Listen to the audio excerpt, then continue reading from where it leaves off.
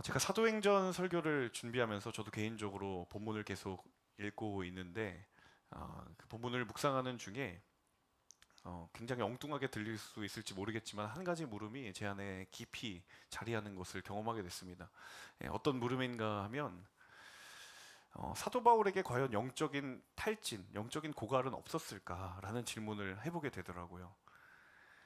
어느덧 우리가 사도행전의 본문의 중반부를 가고 있습니다. 17장까지 왔는데요.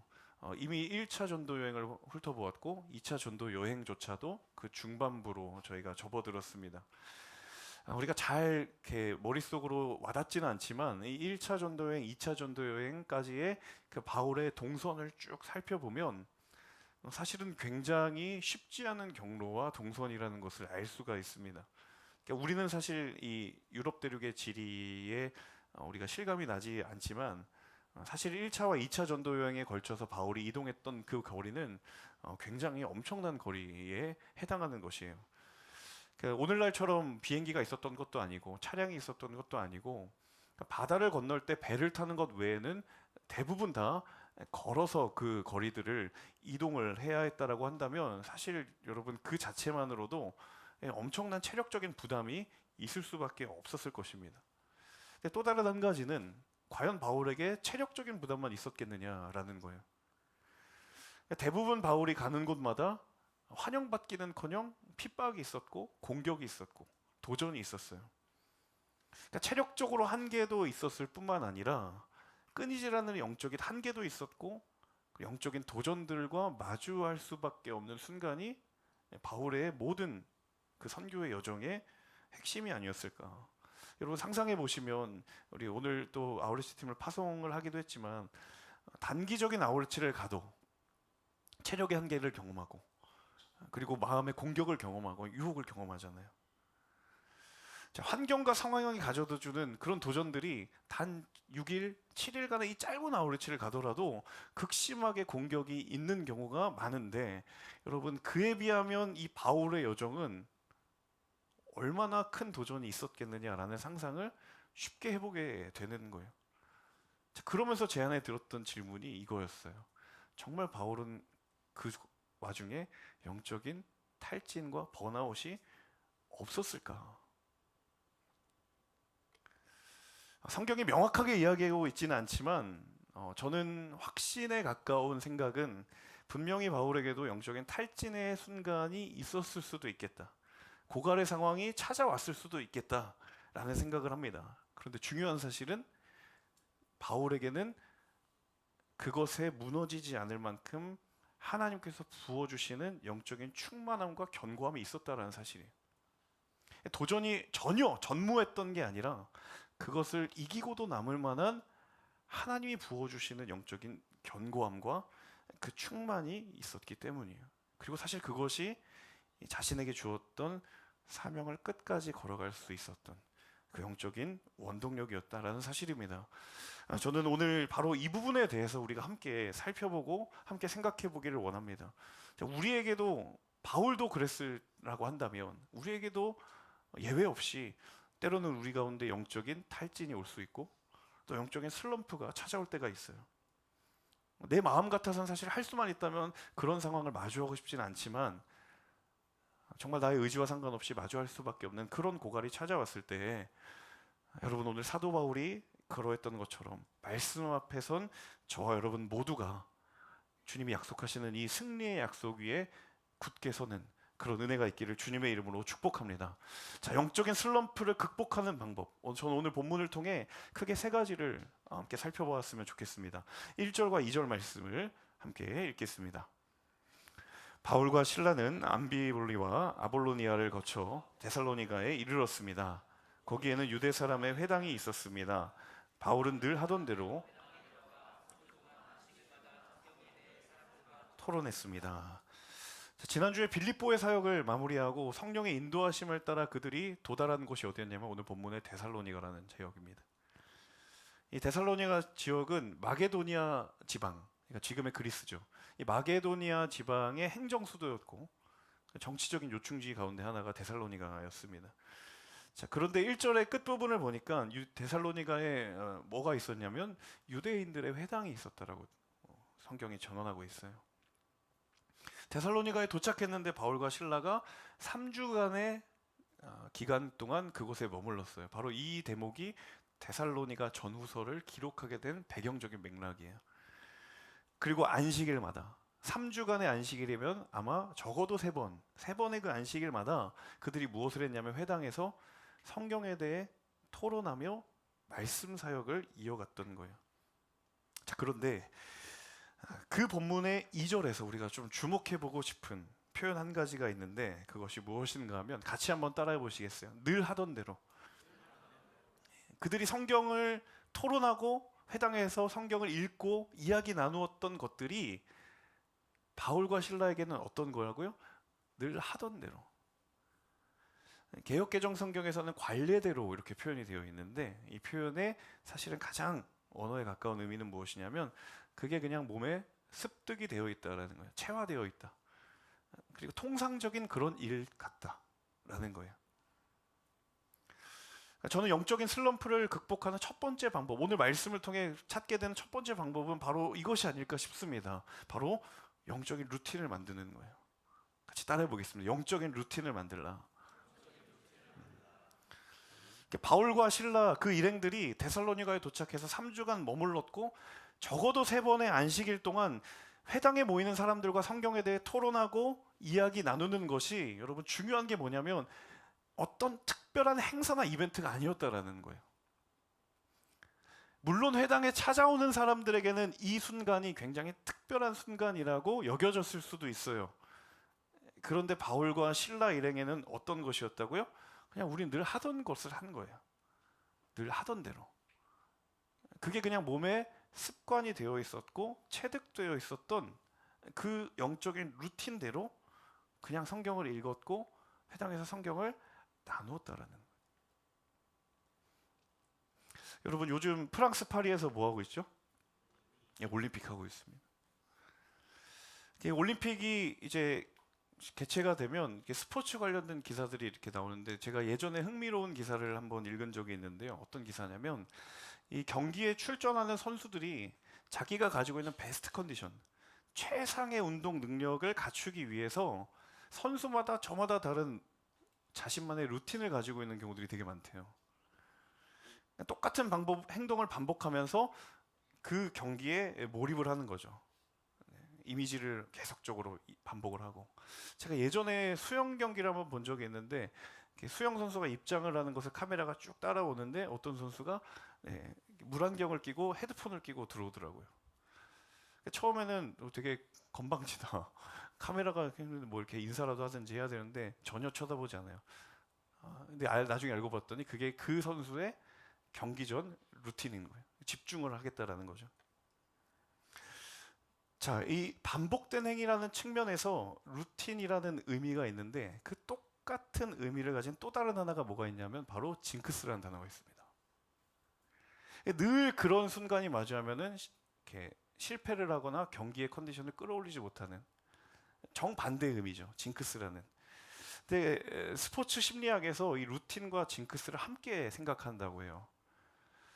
그러니까 루틴을 가지고 있는 선수들은 그걸 긍정적으로 활용을 하고 근데 또 반대로 징크스는 계속 반복되는 그 상황에 자신의 컨디션이 저하되는 그런 상황들이 생긴다라는 거죠.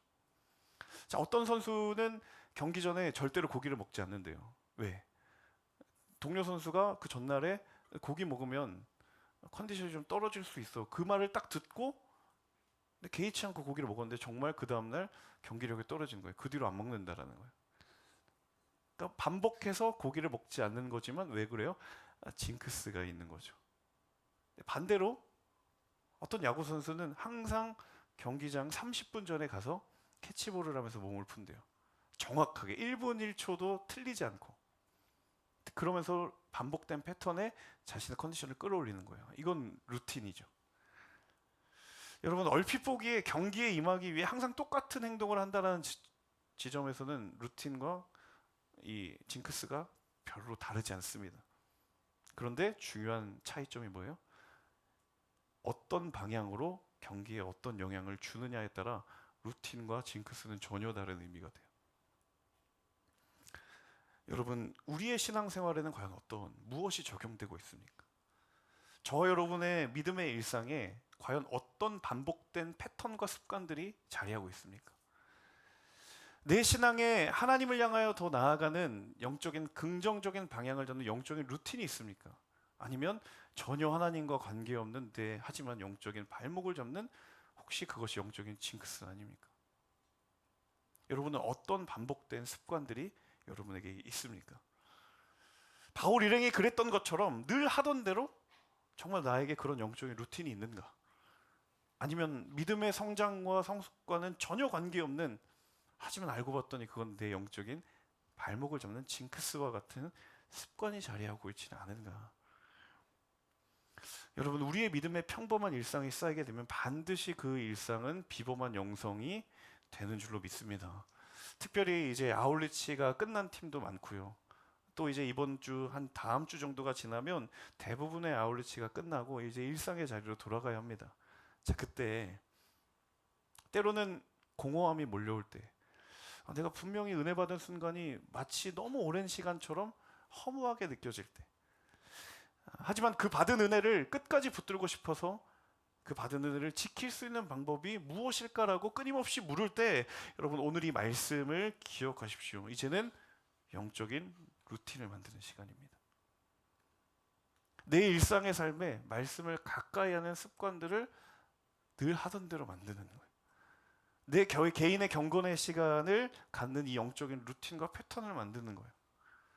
여러분, 그 평범한 믿음의 하루가 쌓이면 저와 여러분의 비범한 믿음의 인생이 완성될 줄로 믿습니다. 여러분, 오늘 집에 돌아가셔서 한번 계획을 세워보세요. 저는 이건 MBTI와 무관하다고 생각합니다. 계획형이냐, 그런 거 전혀 상관없는 거예요. 정말 여러분이 믿음의 호흡을 놓치고 싶지 않다면, 그 믿음의 걸음이 멈춰지지 않기를 원한다면, 내가 계획형이든 아니면 비계획형이든 내가 늘 하던 대로 할 수 있는 그 영적인 패턴이 무엇일까? 여러분 한번 세워보시고 지켜보실 때, 여러분 그 평범한 하루를 통하여 만드시는 하나님의 놀라운 은혜를 경험하는 저와 여러분 될 수 있기를 주님의 이름으로 축복합니다. 이어지는 4절 말씀입니다. 4절 함께 읽습니다. 몇몇 유대 사람들은 그 말에 설득돼 바울과 실라를 따랐고, 하나님을 경외하는 많은 그리스 사람들과 적지 않은 귀부인들도 그들의 말을 믿게 됐습니다. 바울과 실라가 회당에 모여있던 유대인들과 사실 성경에 대해서 토론했을 뿐만 아니라 그들이 또 무엇을 했냐면, 그곳에 있었던 사람들에게 예수 그리스도의 복음을 전하기 시작했어요. 예수의 십자가와 부활과 그리고 그 예수님이 바로 그리스도라는 그 사실에 대해서 선포했어요. 자, 그랬더니 그곳에서 무슨 일이 일어났는가?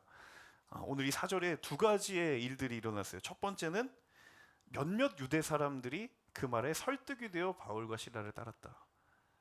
자, 유대인들은 사실 바울이 있는 곳에 사실은 가까운 사람이기보다는 멀리 대적하는 사람들이 대부분이에요. 자, 그런데 그들이 그곳에서 바울과 실라가 전하는 말씀을 듣기도 하고 토론을 하던 중에 어떻게 됐다고요? 그 말에 설득이 되었다고요. 수긍이 되었더라고요. 스스로 말씀을 인정하게 되었고, 더 나아가서 어떻게 됐어요? 믿게 되었다. 믿음이 생겼어요. 그리고 거기에 머무르는 것이 아니라 바울과 실라를 따랐다. 바꿔 말하면 그들의 제자가 되었다. 완전히 인생의 방향성이 바뀌게 되는 일이 일어났어요.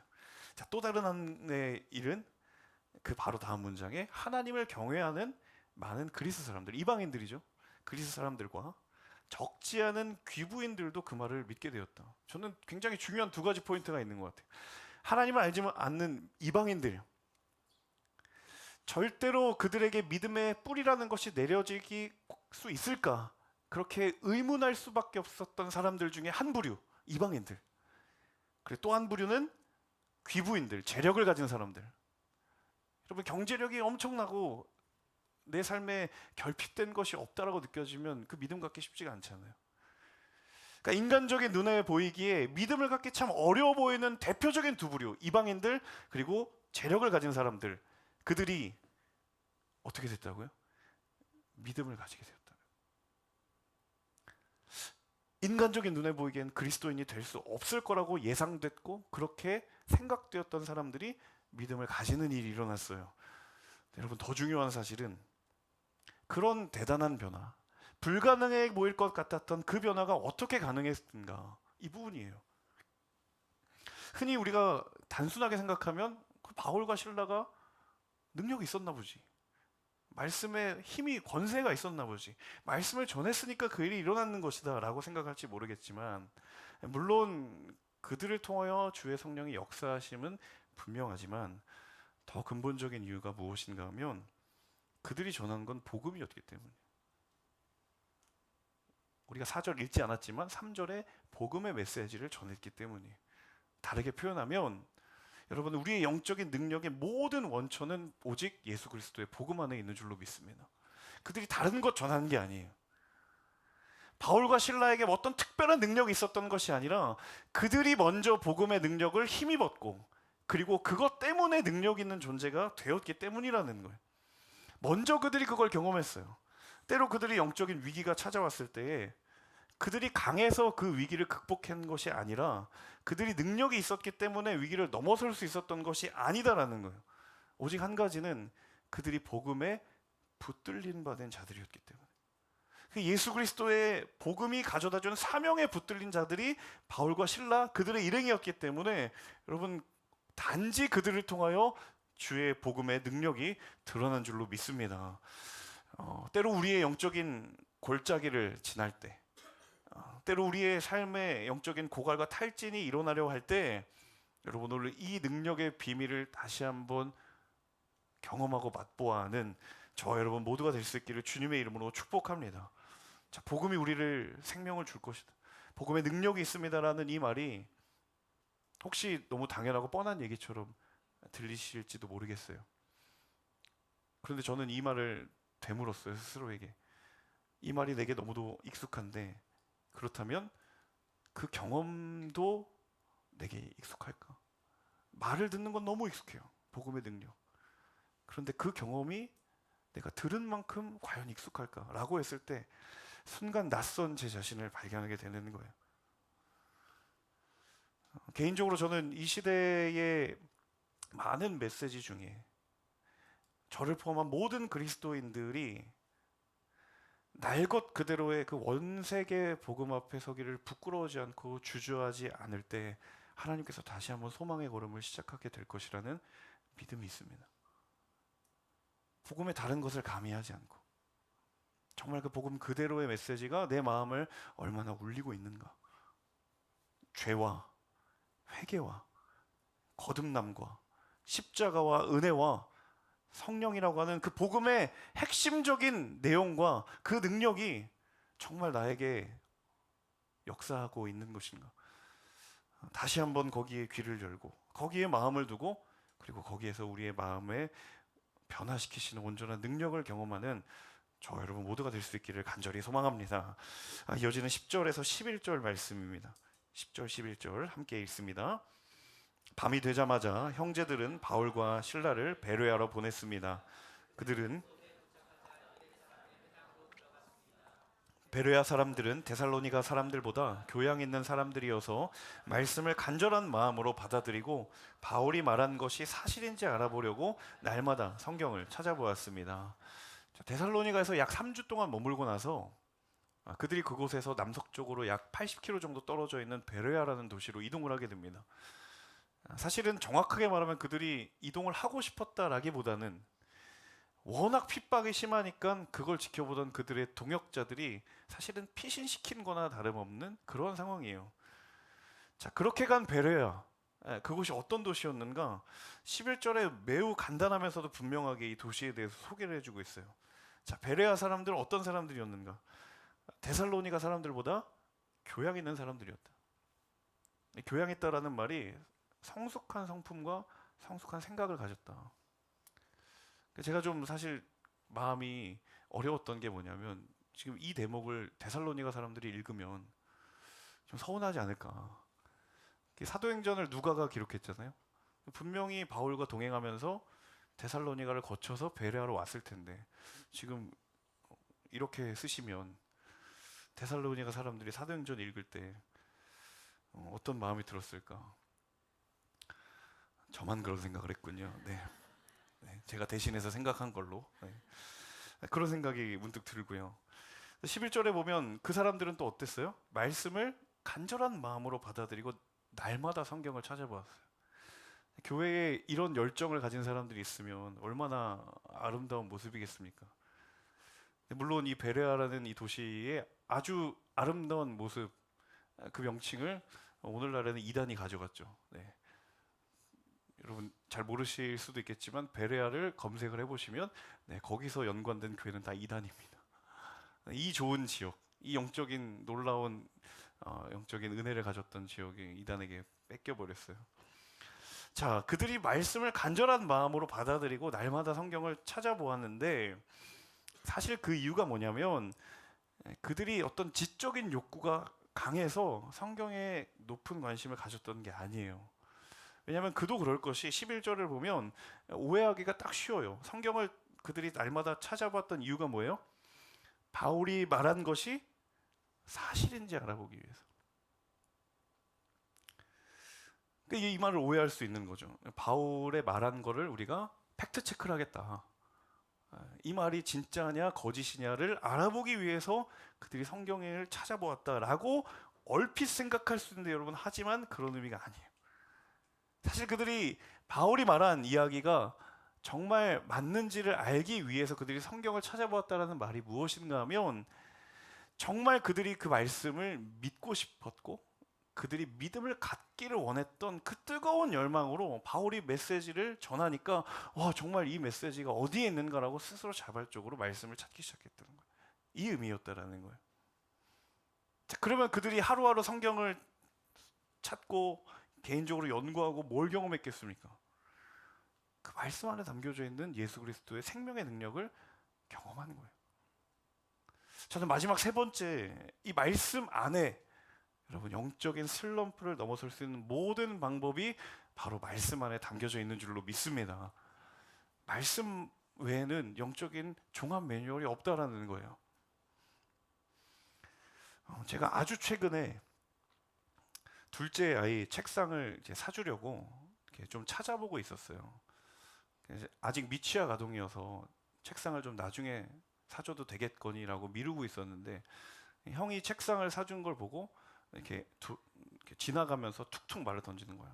아, 나도 책상에 있고 싶다. 네. 분명히 있기는 있어요. 예전에 이제 어릴 때 쓰던 책상 비스무리한 게 있어요. 자꾸 이렇게 얘기를 하니까 이제 부모로서 좀 마음이 좀 이렇게 걸려가지고 그래서 이제 사줘야 되겠다라고 마음을 먹고는 있었는데 이제 선뜻 하지는 못했거든요.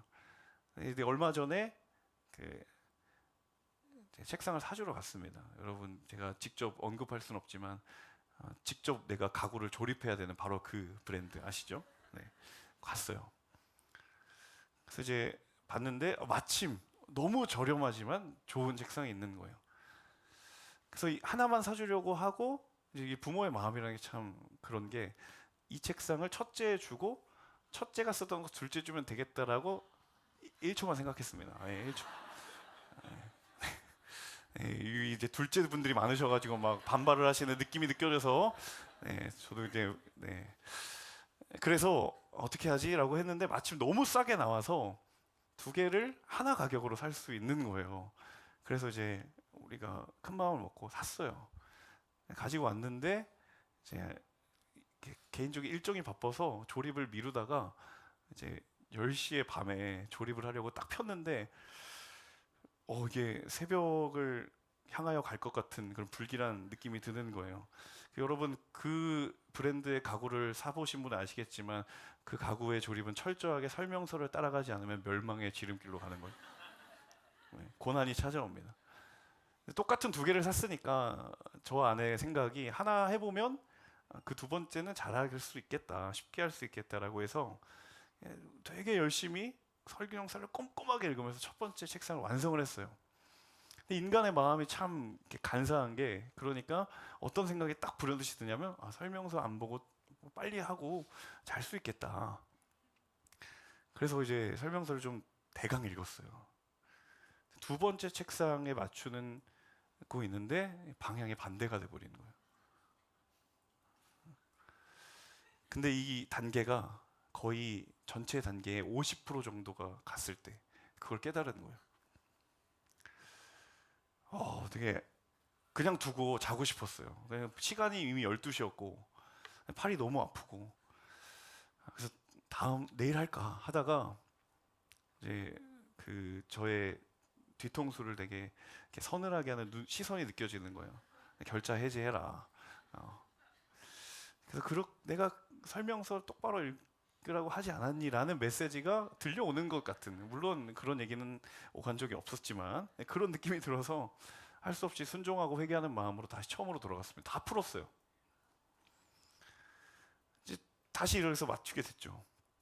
제가 그 경험을 하면서, 여러분, 우리 안에 정말 영적인 도전이 있을 때 우리는 다 매뉴얼처럼 말씀을 읽어야 되고 그 말씀의 위기에 해결책이 있고 방법이 있고 길이 있다라는 것을 우리가 매뉴얼처럼 다 알고 수없이 듣는 이 말이 왜 이리 우리에게 오늘 이 베레아 사람들의 모습을 보며 새삼스럽게 느껴져야 할까? 왜 베레아 사람들은 날마다 성경을 찾아보며 그 의미를 알고자 힘쓰려 했을 것인가? 이유는 단 한 가지입니다. 여러분, 우리의 믿음의 걸음은 말씀을 적용해야 하는 순간의 연속이기 때문이에요. 그런데 말씀을 모른다면 어떻겠습니까? 감기가 걸렸을 때 복약 지시에 대한 설명서를 읽지도 않고 약을 먹을 수는 없잖아요. 설명서를 읽지도 않고 제품을 조립할 수도 없잖아요. 여러분, 과연 내 삶의 순간순간마다 찾아오는 위기 앞에 여러분 정말 말씀을 찾아 읽고 그곳에 나와 있는 대답을 얻을 수 있는 그러한 말씀을 향한 갈망이 있습니까?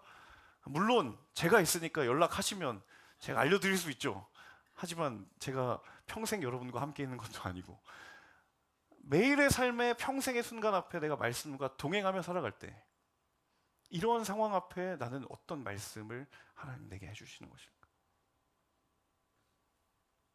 두려움이 내 마음을 엄습하려 할 때 여러분 어떤 말씀이 떠오르십니까? 하나님이 우리에게 주시는 마음은 두려워하는 마음이 아니요 오직 능력과 사랑과 절제하는 마음이죠. 죄의 유혹이 여러분의 마음을 엄습하려 할 때 여러분 어떤 말씀을 떠올리시며 그 상황을 대적하려 하십니까? 오직 너희는 이 세대를 본받지 말고 오직 마음을 새롭게 함으로 변화를 받아 하나님의 선하시고 기뻐하시고 온전하시는 뜻이 무엇인지 분별하도록 하라. 내 인생의 의미와 목적이 뿌리채 뽑히는 것 같은 그런 흔들림의 순간 속에 여러분 어떤 말씀이 여러분의 뇌리를 스쳐가십니까? 이 백성은 나를 위하여 지었느니 나의 찬송이 되게 하려 하심이라. 우리의 모든 상황이 시시각각 변하고 수없이 많은 상황들이 있지만 말씀에는 그 모든 것들을 능히 답하고도 남을 생명의 능력이 거기에 있는 줄로 믿습니다. 여러분, 저 여러분의 모두에게 하나님의 거룩한 말씀을 향한 열정이 꺼지지 않기를 주님의 이름으로 축복합니다. 제가 서두에 말씀드렸지만 성경이 명확하게 밝히고 있지는 않습니다만 여러분, 바울과 실라에게는 분명히 영적인 위기가 있었을 거예요. 하지만 중요한 건 위기가 없었던 것이 아니라 그들은 위기를 위기로 만들지 않을 수 있는 능력이 있었던 거예요. 때로 우리의 삶에 정말 불청객처럼 예고 없이 찾아와 나의 마음을 혼란스럽게 하고 나의 믿음의 중심 자체가 뿌리째 흔들리는 것 같은 느낌이 들 때, 여름의 사역에 아울렛에 큰 은혜 받았는데 단 몇 주 만에 내가 과연 은혜의 자리에 갔던 것인가라고 그런 정말 뿌리 깊은 회의의 질문이 드는 것 같은 그러한 순간을 마주할 때, 여러분 오늘 이 데살로니가와 베레아에서 바울이 선포했고 이들이 경험했던 그 영적인 도전과 유혹들을 넘어설 수 있는 그 믿음의 비밀이 우리에게도 있기를 주님의 이름으로 축복합니다. 영적인 루틴을 만드십시오. 너무 사소해 보이지만 내 영적인 거룩한 패턴을 여러분 옷 입으십시오. 그리고 복음만이 다른 곁다리의 이야기가 아닌 예수 그리스도의 복음 안에 있는 능력의 비밀을 경험하고 여러분 말씀 안에 하나님의 말씀해 주시는 모든 삶의 대응의 매뉴얼이 있음을 지식이 아니라 삶의 고백으로 드릴 수 있는 복된 믿음의 사람들 되시기를 주님의 이름으로 축복합니다. 말씀은 기록된 활자가 아니라 오늘도 우리 한 사람 한 사람에게 살아 역사하시는 주의 생명의 능력이 있는 거룩한 주의 말씀인 줄로 믿습니다. 이 비밀을 경험하는 저와 여러분 될 수 있기를 주님의 이름으로 축복합니다. 함께 찬양하며 기도하기를 원합니다. 주님, 그 하나님의 약속을 따라 제가 멈추지 않고 나아가겠습니다. 나의 믿음의 걸음을 붙드시고 주장하여 주옵소서. 가사의 고백을 주께 올려드리며 함께 기도하겠습니다.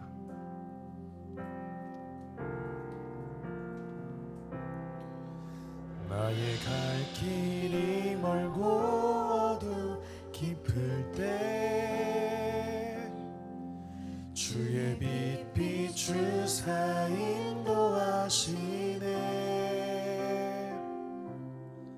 선하신 그 목소리 내 귓가에 들리니 내 삶이 주의 손에 붙들립니다. 주의 사랑의 빛 내 맘에 비칠 때 나의 슬픈 변에 노래가 되네. 거친 풍랑 속에도 큰 믿음 주시니 내 영이 주의 나라 바라봅니다. 사랑합니다. 주 경배합니다. 주 앞에 엎드려 내 옥합을 깨뜨리네.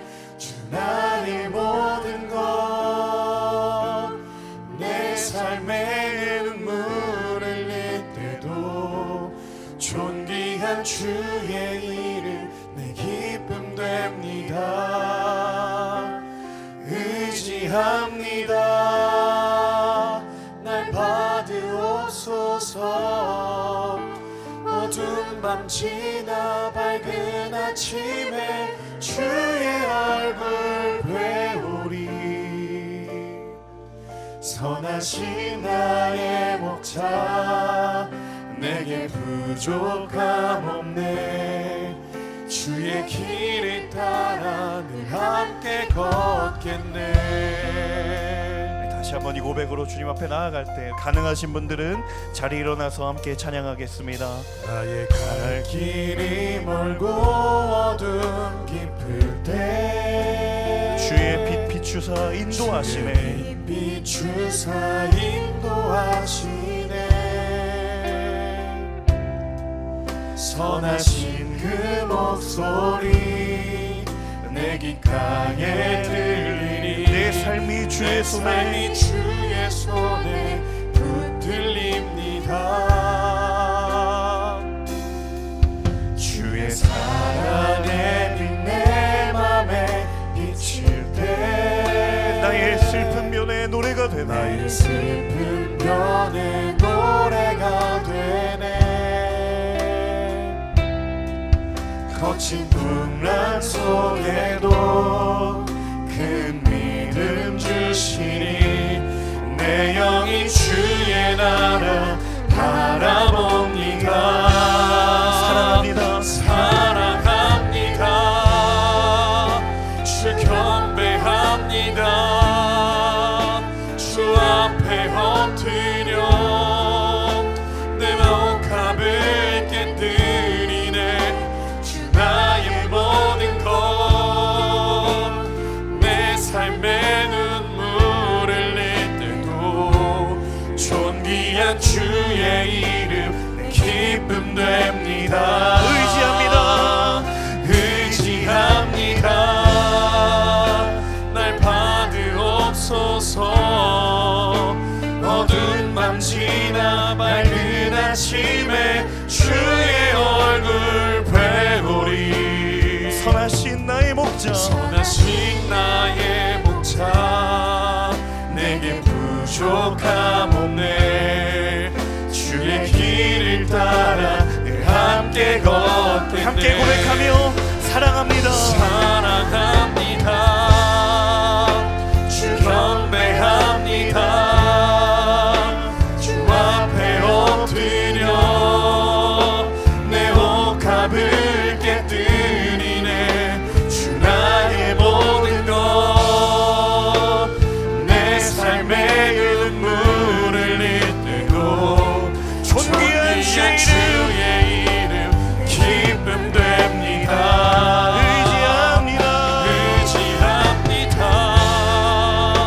날 받으옵소서. 어두운 밤 지나 밝은 아침에 주의 얼굴 배우리. 선하신 나의 목자 내게 부족함 없네. 우리 다시 한번 고백하며 나아갈 때 전심으로 주를 향하여 고백합니다. 사랑합니다. 주 경배합니다. 주 앞에 엎드려 내 옥합을 깨뜨리네. 주 나의 모든 것 내 삶의 눈물을 잇대고 존귀한 주의 이름 내 기쁨 됩니다. 의지합니다. 날 받으옵소서. 어둠 밤 지나 밝은 아침에 주의 얼굴 배우리. 주님 선하십니다. 선하신 나의 목자 내게 부족함 없네. 우리 마지막으로 다시 한번 고백하며 찬양할 때 함께 우리 오른손을 들고 주를 향하여 사랑합니다. 주 경배합니다. 주 앞에 엎드려 내 옥합을 깨뜨리네. 주 나의 모든 것 내 삶의 오 선하신 주님, 신실하신 주님, 존귀한 주의 이름 기쁨 됩니다. 의지합니다. 날 받으옵소서. 어둠 밤 지나 밝은 아침에 주의 얼굴 배우리. 오 주님 선하신 나의 목자 내게 부족함 없네. 주의 길을 따라 함께 걷겠네. 의지합니다. 날 받으옵소서. 어두운 밤 지나 밝은 아침에 주의 얼굴 배우리. 선하신 나의 목자 내게 부족함 없네. 주의 길을 따라 함께 걷겠네. 사랑하는 여러분, 함께 이 시간 기도할 때 바울과 실라 일행이 전도 여행을 선교 여정을 걸어가며 단 한 번도 영적인 고갈과 탈진의 상황을 마주했던 것이 하지 않았던 것이 아닙니다.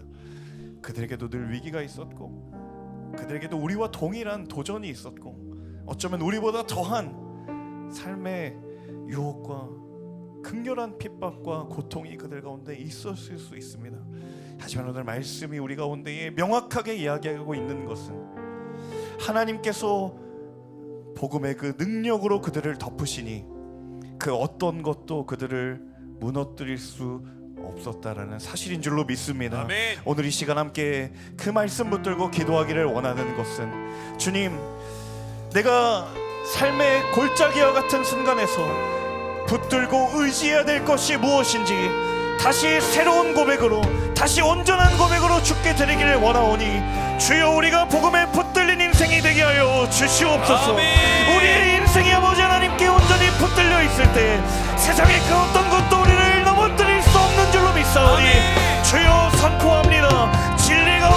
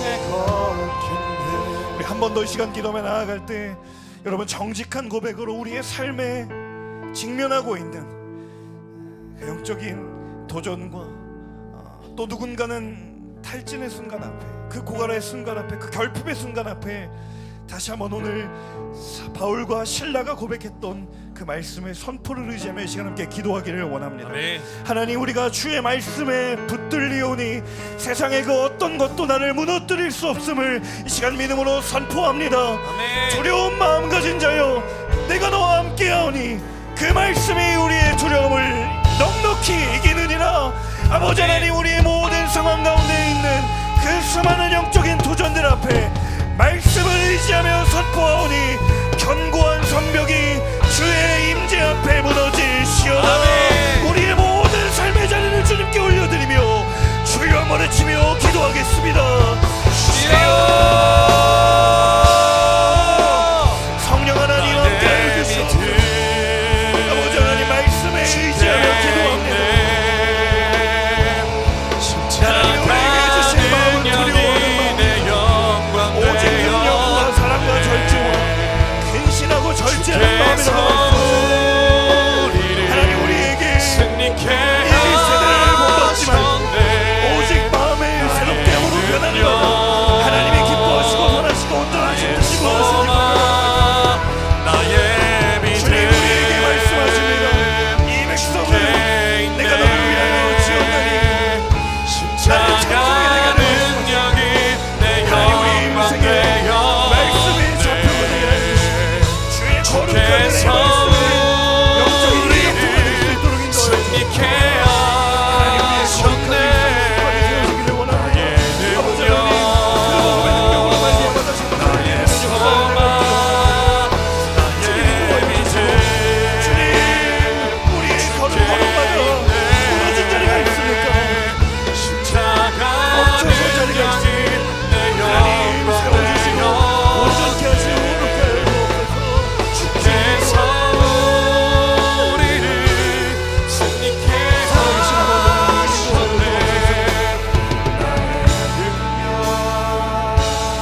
주님, 인도하여 주시옵소서. 하나님, 역사하여 주옵소서. 살아계신 아버지 하나님, 우리는 바울과 실라의 여정을 바라보며